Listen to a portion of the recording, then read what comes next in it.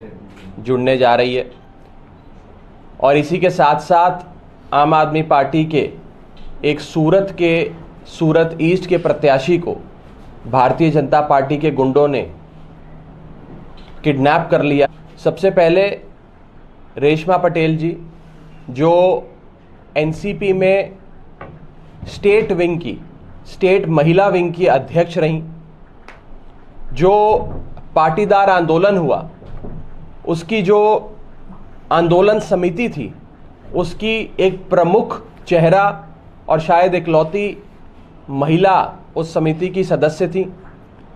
एक ऐसा चेहरा जिन्होंने गुजरात में बहुत लंबे समय से सामाजिक कार्य करे, लोगों से जुड़ के ज़मीन स्तर की, ग्राउंड लेवल की सामाजिक कार्यों से लेकर राजनीति करी, ग्रास रूट लेवल पे लोगों से जुड़ी हुई नेता आज आम आदमी पार्टी के इस परिवार में शामिल होने जा रही हैं, अरविंद केजरीवाल जी के इस परिवार में शामिल होने जा रही हैं। मुझे ये बताते हुए बड़ी खुशी है कि गुजरात में जिस हिसाब से महिला शक्ति का सपोर्ट और आशीर्वाद आम आदमी पार्टी को मिल रहा है और बड़ी बड़ी कद्दावर महिला नेता जो अपने दशकों का सामाजिक और राजनीतिक अनुभव और सामाजिक और राजनीतिक कमाई लेकर आम आदमी पार्टी में आकर आम आदमी पार्टी के साथ जुड़कर गुजरात के विकास के लिए और गुजरात को बुनियादी सुविधाएं देकर एक खुशहाल गुजरात बनाने के लिए आम आदमी पार्टी के साथ जुड़ने जा रही हैं। मैं आम आदमी पार्टी के मुखिया अरविंद केजरीवाल जी की ओर से और पूरी पार्टी की ओर से रेशमा पटेल जी का आम आदमी पार्टी में बहुत बहुत स्वागत करता हूं। इस परिवार का हिस्सा बनने पर उन्हें बहुत बहुत मुबारकबाद, बहुत बहुत बधाई देता हूं और ये मेरा विश्वास है कि रेशमा जी जैसी शख्सियत से आम आदमी पार्टी को बहुत लाभ मिलेगा और ख़ास करके आम आदमी पार्टी की गुजरात इकाई बहुत मजबूत होगी रेशमा पटेल जी की एंट्री से आम आदमी पार्टी में। तो मैं बहुत बहुत स्वागत करता हूं और एक बार औपचारिक तौर पे आप सबके कैमरे के सामने उनको परिवार का हिस्सा बनाएंगे।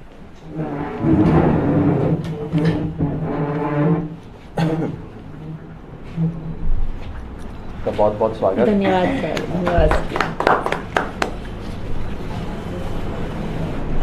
धन्यवाद। बहुत बहुत स्वागत।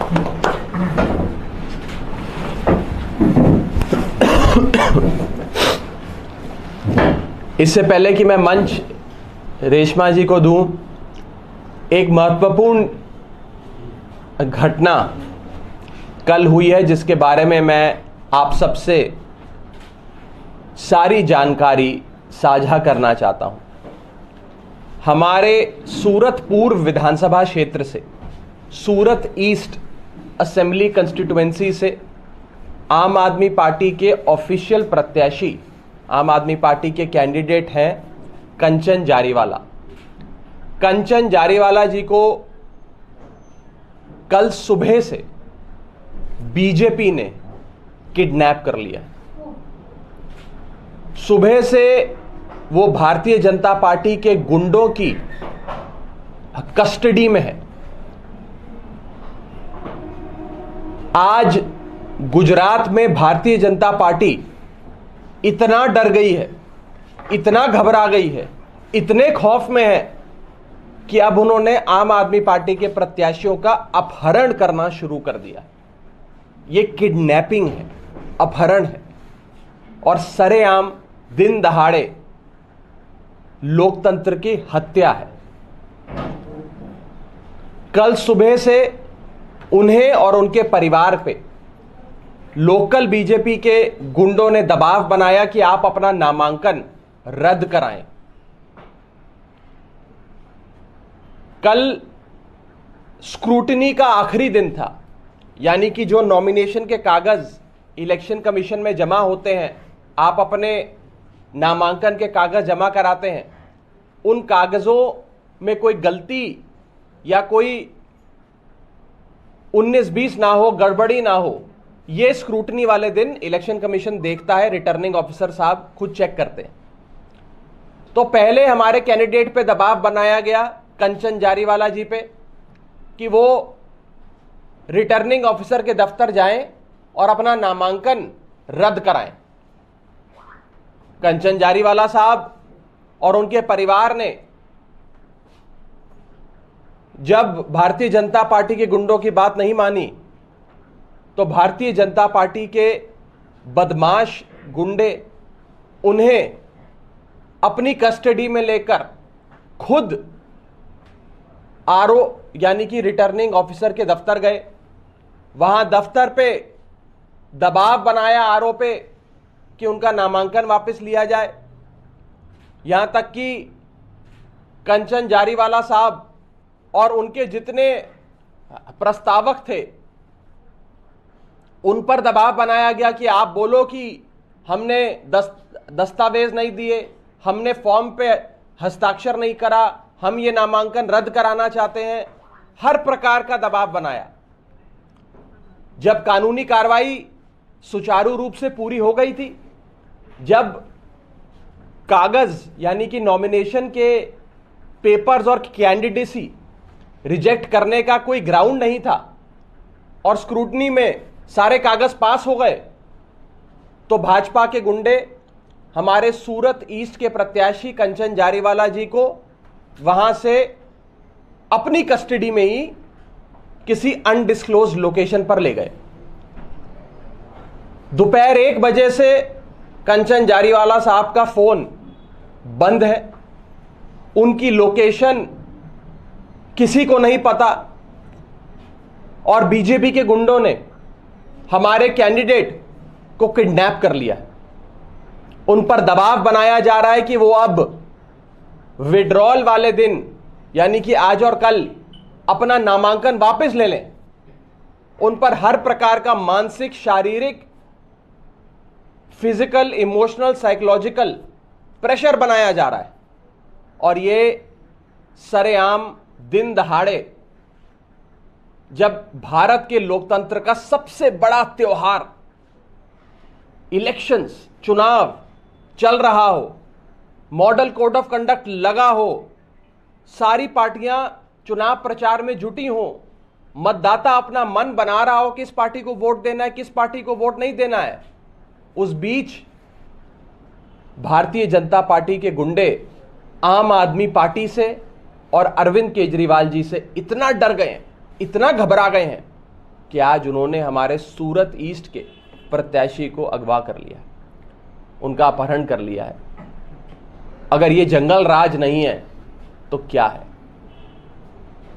मैं आपको ये सूचना देना चाहता हूं कि आम आदमी पार्टी इस पूरे मुद्दे पर सख्त कार्रवाई करेगी। हमने चीफ इलेक्टोरल ऑफिसर को, जो इलेक्शन कमीशन द्वारा इस चुनाव को पूरी तरीके से करवाने की जिनकी जिम्मेदारी होती है, उन्हें सूचना दे चुके हैं। लिखित में कंप्लेंट जा रही है। हम स्थानीय प्रशासन को भी, पुलिस प्रशासन को भी इस अपहरण की सारी जानकारी दे रहे हैं और हम ये उम्मीद करते हैं कि इस मामले में सख्त और जल्द कार्रवाई होगी। किसी भी प्रत्याशी पर मानसिक, शारीरिक दबाव नामांकन वापस लेने का या नामांकन रद्द कराने का नहीं होना चाहिए और बीजेपी के काले कारनामे आप सबके सामने है। ये गुंडागर्दी का परिचय बीजेपी ने, जंगल राज का परिचय बीजेपी ने आज गुजरात की जनता के सामने रखा है। चड़ा जी, ये एक ही कॉन्स्टिट्यूंसी की बात है या कहीं और पे भी इस प्रकार का दबाव डाला जा रहा है? आज जो मामला हमारे सामने आया है वो सूरत ईस्ट विधानसभा क्षेत्र, सूरत पूर्व विधानसभा क्षेत्र का है, जिसमें हमारे प्रत्याशी का नाम कंचन जारीवाला है। और केवल कंचन जारीवाला साहब पर ही नहीं, उनके पूरे परिवार पर, उनके भाई भाभी जो उनके प्रस्तावक थे, उन पर भी दबाव बनाया जा रहा है कि आप भी इलेक्शन कमीशन में जाकर एफिडेविट दें कि हमने तो कोई प्रस्तावक बनकर हस्ताक्षर नहीं करे, इनका नामांकन रद्द किया जाए। उनका घर दोपहर बाद से बंद है, घर पे मोटा ताला लगा हुआ है। उनके जो ठिकाने हैं, दफ्तर है, जहां वो मिलते हैं लोगों से, जहां बैठते हैं, वो सारी जगहों से कंचन जारीवाला साहब लापता हैं और बीजेपी के गुंडों ने उन्हें किसी अनडिस्क्लोज्ड अज्ञात लोकेशन पे रखा हुआ है। वो इस समय बीजेपी की कस्टडी में है। ये अपहरण है, ये किडनैपिंग है और सरेआम बीच चुनाव में लोकतंत्र की हत्या। इस विषय पे आपका कोई सवाल है तो आप पूछ सकते हैं। पुलिस को कंप्लेंट किया है? बिल्कुल, police, chief electoral officer, election commission, स्थानीय प्रशासन, सबको कंप्लेंट जा चुकी है और जा रही है और हम उम्मीद करते हैं कि प्रशासन और इलेक्शन कमीशन इस पे सख्त से सख्त कार्रवाई करेगा। रेशमा जी आम आदमी पार्टी में जुड़ गई है, कहाँ से चुनाव लड़ेगी वो भी अब मैं अब मंच रेशमा जी को दूंगा। पहले ये तो डिसाइड कर दीजिए। देखिए, आम आदमी पार्टी और आम आदमी पार्टी की पॉलिटिकल अफेयर्स कमेटी ये फैसला लेती है कि कौन सी सीट से कौन सा प्रत्याशी चुनाव लड़ेगा। और रेशमा जी उस कद्दावर नेता का नाम है, एक ऐसी शख्सियत है जिसके आने से खाली एक सीट पर नहीं या खाली एक जिले में नहीं, पूरे गुजरात में आम आदमी पार्टी को मजबूती मिलेगी। आने वाले समय में रेशमा जी की क्या भूमिका रहेगी, चुनाव के रण के मैदान में कौन सी सीट पर उनकी दावेदारी हो सकती है, कौन सी बड़ी जिम्मेदारी पार्टी उन्हें दे सकती है, इन सारी चीजों पे विस्तार से चर्चा करेंगे। अभी तो चुनाव का रंग चढ़ना शुरू हुआ है। आज रेशमा जी हमारे परिवार में जवाब दिया आपने कि आपकी पार्लियामेंट्री जो अफेयर कमेटी है वो डिसीजन लेगी, लेकिन एक दिन बाकी है केवल, आपकी कमेटी कब मिलेगी? और कोई आप चिंता ना करें, हमारी कमेटी इमीडिएटली मिलकर फैसला ले लेगी और सबसे पहले हम आपको बताएंगे को क्या फैसला लेगी। ये मेरे लिए आज अभी इस प्रेस कॉन्फ्रेंस में कहना उचित नहीं होगा। एक पार्टी एक कायदे कानून से, एक प्रोसीजर से चलती है। मैं मंच रेशमा जी को सौंपूंगा और उनसे यही विनती करूंगा कि वो बताएं कि क्या आम आदमी पार्टी में उन्हें ऐसा दिखा जो आज उन्होंने अपने सालों का एक बंधन जो था, एक सामाजिक कार्य और राजनीतिक कार्य की जो पूंजी थी, वो सारी लेकर वो आम आदमी पार्टी में आज शामिल हो रही हैं। ओवर टू यू रेशमा जी।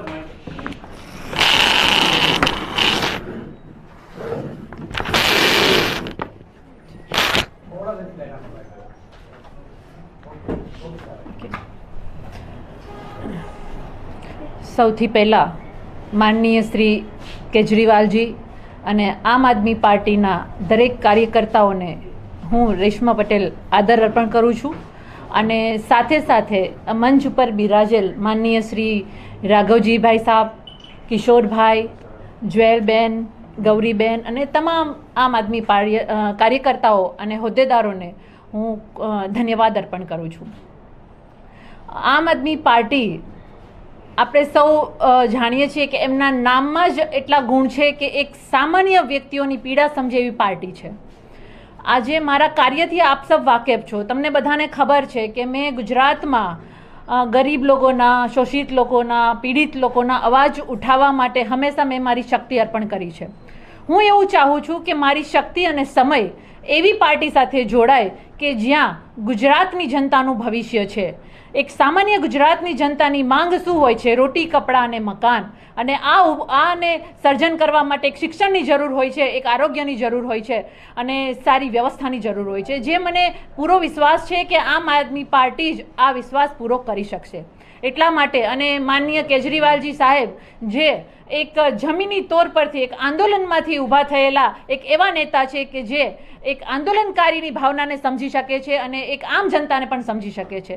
એટલા માટે આજે હું આમ આદમી પાર્ટીના મંચ ઉપર બિરાજમાન છું।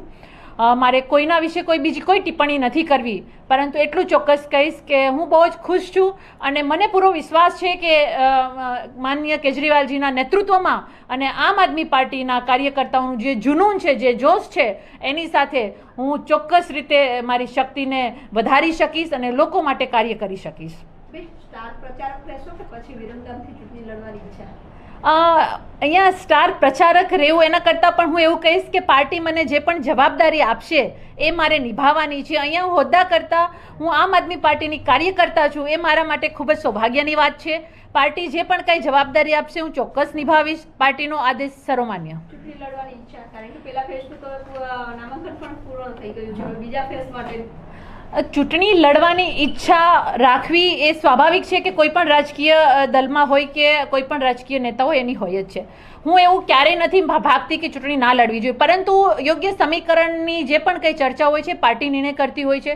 પાર્ટી મને જે પણ નિર્ણય સંભળાવશે એ મારા માટે હું એમનું સ્વાગત કરીશ અને મારી પૂરેપૂરી શક્તિનો સમયનો યોગદાન હું પાર્ટી માટે કરીશ અને પાર્ટી થ્રુ જે પણ કંઈ ગુજરાતની જનતા માટે કાર્ય કરી શકીએ અને મજબૂતાઈથી તાનાશાહી સરકાર સામે લડી શકીએ અને એ લોકોની જે ગુંડાગર્દી છે, જે તાનાશાહી છે અને જે સામદામદંડની રાજનીતિ છે એની સામે અમે દબંગ બનીને લડીશું. રેશમાબેન, આમ આદમી પાર્ટી ઘણા સમયથી શિક્ષણ અને આરોગ્યના મુદ્દા ઉપર જ કામ કરી રહી છે, ત્યારે તમે જોડાવાનો નિર્ણય કર્યો છે. ઘણા સમયથી વાતચીત ચાલી રહી હતી કે અચાનક જ આ નિર્ણય કરવામાં આવ્યો? નહીં, વાતચીત તો ચાલતી હોય છે. પ્રામાણિક પાર્ટી હોય છે, એમાં સારા લીડરોનો અવકાશ હંમેશા હોય છે, પરંતુ ઘણી વખત નિર્ણય લેવામાં પ્લસ માઇનસ થતું હોય છે, સમય જતો હોય છે. પરંતુ હું એવું માનું છું કે શિક્ષણ અને આરોગ્યની વાત આમ આદમી પાર્ટી જે કરી રહી છે એ વાસ્તવિકતામાં જે પ્રજા પીડાઈ રહી છે, જે મેં તમને પહેલાં જ કહ્યું કે એક સામાન્ય જનતાની સુખાકારી કેમાં હોય છે, એને સારું શિક્ષણ જોઈએ છે. સારું શિક્ષણ હશે તો રોટી કપડાં મકાન બનાવી શકશે અને એ લોકોને સારું આરોગ્ય જોઈએ છે. તમારું સ્વાસ્થ્ય સારું હશે તો તમે બે પૈસા કમાઈ શકશો. તો આમ આદમી પાર્ટી જે સામાન્ય જનતાના બેઝિક મુદ્દા જે આજ પણ ગુજરાતમાં ખંડિત થયેલા છે, આજ પણ માત્ર ખોખલા વિકાસની વાતો થાય છે, લટકતા વિકાસની વાતો થાય છે, આપણે જોયું છે ઘણું બધું ગુજરાતમાં એવું બની રહ્યું છે. એની સામે એક જ પાર્ટી છે, એ છે આમ આદમી પાર્ટી, જે આમ જનતાની પાર્ટી છે. એટલા માટે શિક્ષણના મુદ્દા હોય, આરોગ્યના મુદ્દા હોય કે સુરક્ષાના મુદ્દા હોય, દરેક મુદ્દાઓને લઈને આમ આદમી પાર્ટી સત્યની અને રાજનીતિ કરે છે, રાજકારણ નહીં. અમે રાજનીતિ કરવા માટે આવ્યા છીએ. धन्यवाद.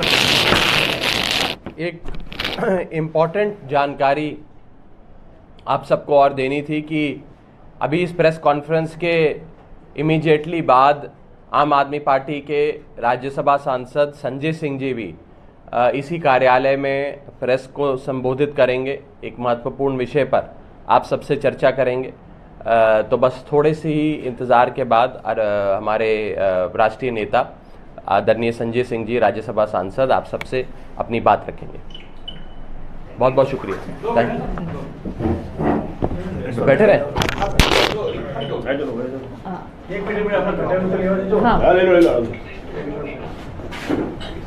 एक मिनट रुक जाओ, हम फोटो भी करवा लेते हैं. आ जाओ सारे.